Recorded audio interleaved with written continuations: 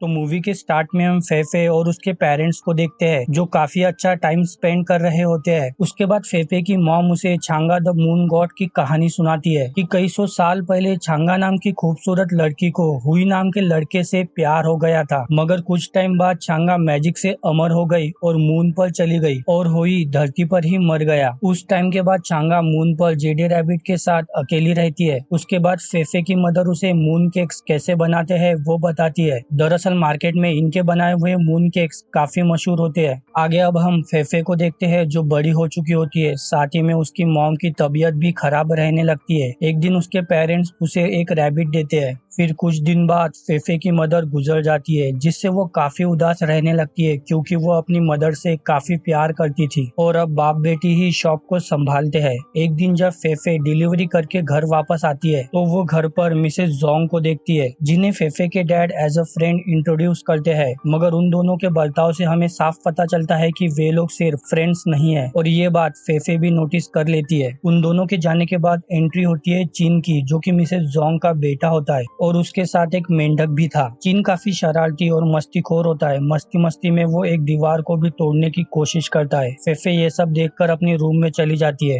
उनके जाने के बाद फेफे ये सब अपने डैड को बताती है, मगर उसके डैड कहते हैं कि फेफे के मॉम के जाने के बाद वो काफी अकेला महसूस कर रहे हैं। वो फेफे को कुछ कहने ही वाले थे कि तभी वहाँ पर उनके रिश्तेदार आ जाते हैं। आगे सब लोग मून फेस्टिवल को होने वाली पार्टी के लिए खाना बनाते हैं। तभी मिसेस जोंग फेफे को उनकी मून केक्स में खजूर डालने का कहती है, मगर फेफे साफ साफ मना कर देती है। आगे जब सब लोग डिनर कर रहे थे तभी फेफे अपने डैड को मिसेस जोंग के साथ प्यार से बात करते हुए देखती है। ये देखकर उसे अच्छा नहीं लगता, जिसके चलते फेफे के हाथों उसके डैड के ऊपर खाना गिर जाता है और फेफे वहाँ से नाराज होकर चली जाती है। आगे फेफे को चीन से पता चलता है कि मिसेस जोंग और उसके डैड कुछ ही दिनों में शादी करने वाले हैं। तभी वहाँ पर मिसेस जोंग आती है जो फेफे को मून केक्स देती है जिसमें खजूर नहीं डले थे। फेफे उसे लेकर अपने रूम में चली जाती है। उसे अपने डैड की शादी के बारे में काफी बुरा लगता है। वो सोचती है कि अगर उसके डैड वापस छांगा पर यकीन करने लगे तो वो शादी नहीं करेंगे। तभी बंजी उसका रैबिट बाहर कहीं पर भागते हुए निकल जाती है। फेफे भी उसका पीछा करती है। बंजी एक लेक के पास जाकर रुकती है जहाँ पर बहुत ही खूबसूरत बर्ड बैठा होता है। फेफे उसे देखते ही रह जाती है। बर्ड को उड़ते हुए देखकर फेफे सोचती है कि अगर वो किसी तरह से मून पर जाकर छांगा के साथ एक फोटो खींच लेती है तो वो उसके डैड को फिर से विश्वास दिलाने में कामयाब हो जाएंगी और अब वो मून पर जाने के लिए रॉकेट बनाने की तैयारी करने लगती है। वो कई सारे रॉकेट को उड़ाकर देखती है मगर एक भी कामयाब नहीं होता। एक दिन जब वो क्लास में होती है तभी उसे बुलेट ट्रेन के पोस्टर को देखकर एक आइडिया आता है कि वो रॉकेट को मैग्नेटिक एनर्जी की मदद से फ्लाई करवा सकती है और अब वो जल्द ही रॉकेट बनाने में कामयाब हो जाती है और मून पर जाने के लिए निकलती है। और जब वे लोग फ्लाई कर रहे थे तभी उसे पता चलता है कि उसका भाई चीन भी रॉकेट में आ गया है और अब ज्यादा वजन होने की वजह से रॉकेट नीचे गिरने लगता है। मगर तभी दो फ्लाई करने वाले शेर रॉकेट को मून की तरफ लेकर जाने लगते हैं। वे लोग मून पर क्रैश लैंडिंग करते हैं। आगे दोनों भी शेर उन्हें छांगा के किंगडम में लेकर जाने लगते हैं। वहाँ की खूबसूरती देखकर फेफे खुश हो जाती है और छांगा तो और भी खूबसूरत होती है और वो फेफे से उसका गिफ्ट मांगने लगती है। इस पर फेफे मना कर देते कि उसके पास कोई गिफ्ट नहीं है। दरअसल छांगा ने ही अपने शेरों को भेजा था फेफे को लाने के लिए और उसका मानना है कि फेफे के पास एक ऐसी चीज है जो होई को वापस जिंदा कर सकती है। उसके बाद फेफे कहती है कि उसे एक फोटो चाहिए ताकि वो अपने डैड को यकीन दिला सके कि छांगा सच में है। छांगा भी उसके साथ फोटो क्लिक कर लेती है, मगर फोटो देने से पहले वो कहती है कि उसे उसका गिफ्ट चाहिए, उसके बाद ही वो फोटो देंगी। साथ ही में वो ऐलान करती है कि जो कोई भी उसका गिफ्ट लाएगा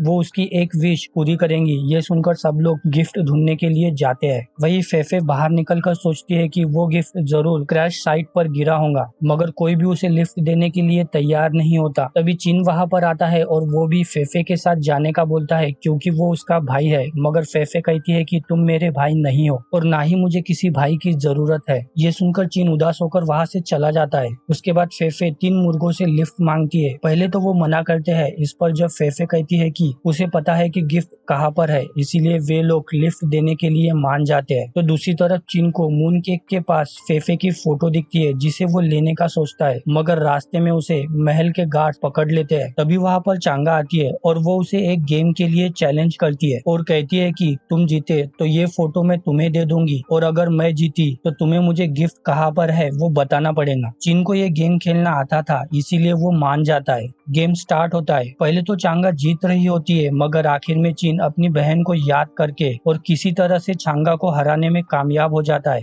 लेकिन चांगा अपना वादा पूरा नहीं करती और चीन को वहीं पर बंद कर देती है। उसके बाद हम चांगा को देखते हैं जो गिफ्ट ना मिलने की वजह से उदास होती है। साथ ही में अभी तक जेडे रैबिट पोर्शन बनाने में कामयाब नहीं हुआ था। इसी वजह से चांगा रोने लगती है, जिसके कारण मून पर मीटियोर्स गिरने लगते हैं। तो दूसरी तरफ हम फेफे को देखते हैं जो मीटियोर से बचते हुए आगे बढ़ रहे थे। वे लोग किसी तरह से क्रैश साइट तक पहुंच जाते हैं, जहां पर फेफे की मुलाकात गोभी से होती है जो पहले चांगा के लिए काम किया करता था, मगर चांगा ने किसी कारण से उसे महल से निकाल दिया। आगे सब लोग मिलकर चांगा का गिफ्ट ढूंढने लगते हैं। तभी फेफे को चांगा की डॉल मिलती है जो उसे उसकी माँ ने दी थी। फेफे को लगता है कि यही गिफ्ट है। ये सुनकर मुर्गे उस गिफ्ट को ले लेते हैं क्योंकि फेफे को उन्होंने लिफ्ट इसीलिए दी थी, और अब वे लोग गिफ्ट लेकर निकल जाते हैं। तो फेफे और गोभी उनके पीछे जाने का डिसाइड करते हैं गिफ्ट लाने के लिए। तो इस तरफ बंजी जेडे रैबिट का पीछा करती है। दरअसल जेडे रैबिट पोर्शन बनाने की कोशिश कर रहा था, मगर वो हर बार फेल हो जाता है। तभी वहाँ पर बंजी आती है जिसके ऊपर गलती से कोई केमिकल गिर जाता है, जिसके कारण एक रिएक्शन होता है और जेडे रैबिट पोर्शन बनाने में कामयाब हो जाता है। तो इस तरफ फेफे और गोभी फ्लाइंग फिश की मदद से किंगडम जाने के लिए निकलते हैं। रास्ते में गोभी कहता है कि चांगा ने उसे गाना गाने पर महल से निकाल दिया था। इस तरफ जेडे रैबिट चांगा को पोर्शन देता है, जिसके कारण वो काफी खुश हो जाती है। तो गोभी और फेफे मुर्गों के किंगडम पहुंचने से पहले वहां पर पहुंच जाते हैं और अब वो मुर्गों से चांगा की डॉल लेने की कोशिश करती है, जिसमें वो मरते मरते बचती है। एक लंबी चेजिंग के बाद फेफे बच जाती है, लेकिन डॉल खराब हो जाती है। उसके बाद फेफे और गोभी उदास होकर बैठे थे। फेफे गोभी को अपने डैड की शादी के बारे में बताती है और साथ ही में अपने शरारती भाई के बारे में भी। तभी फेफे मून केक को खाने लगती है, जिसमें से उसे एक मेटल की आधी कटी चीज मिलती है जो आसपास में बने हुए सिंबल को पूरा कर रहा था। ये देखकर दोनों भी समझ जाते हैं कि ये वही गिफ्ट है जो चांगा को चाहिए। दोनों भी तुरंत उसे चांगा के पास लेकर जाते हैं। चांगा उसकी मदद से अपने अधूरे लॉकेट को पूरा करती है और फिर उस पर जेडे रैबिट का बनाया हुआ पोर्शन डालती है। उसके बाद सारी जगह कन्वर्ट होने लगती है, पेड़ पौधे उग जाते हैं, साथ ही में चांगा भी कन्वर्ट हो जाती है। थोड़ी देर बाद वहाँ पर होई आता है। दोनों भी प्रेमी एक दूसरे को देखकर काफी खुश होते हैं, मगर जल्द ही उदासी के बादल आ जाते हैं। होई उसे छोड़कर चला जाता है, ये कहकर कि उसे आगे बढ़ना होगा, जिसके कारण चांगा उदास हो जाती है और पूरे किंगडम की लाइट चली जाती है। चांगा अपने आप को उदासी से भरे कमरे में कैद कर लेती है,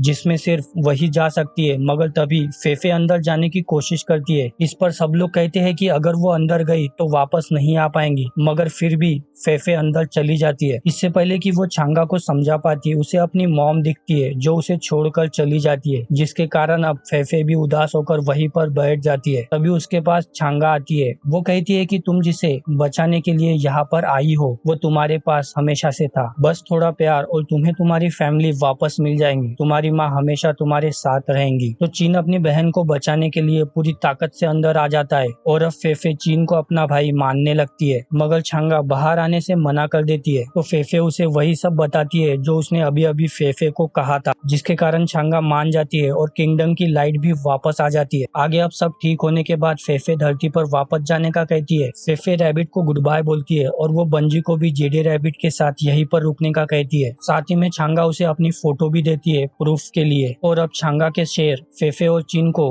वापस धरती पर लेकर जाने लगते हैं। वही आगे हम देखते हैं कि चीन की मॉम ने फेफे के डैड के साथ शादी कर ली है। सब लोग काफी खुश होते हैं। मूवी के आखिर में हम फेफे को अपनी मॉम को याद करते हुए देखते हैं। इसी के साथ हमारी मूवी खत्म हो जाती है। तो दोस्तों आशा करता हूँ आपको मेरा एक्सप्लेनेशन अच्छा लगा होगा। यदि हाँ तो प्लीज चैनल को सब्सक्राइब कीजिएगा और बेल आइकन को भी प्रेस कीजिएगा ताकि हमारी आने वाली हर वीडियो का नोटिफिकेशन आपको मिलता रहे। तो चलिए मैं मिलता हूँ आपसे अगले वीडियो में।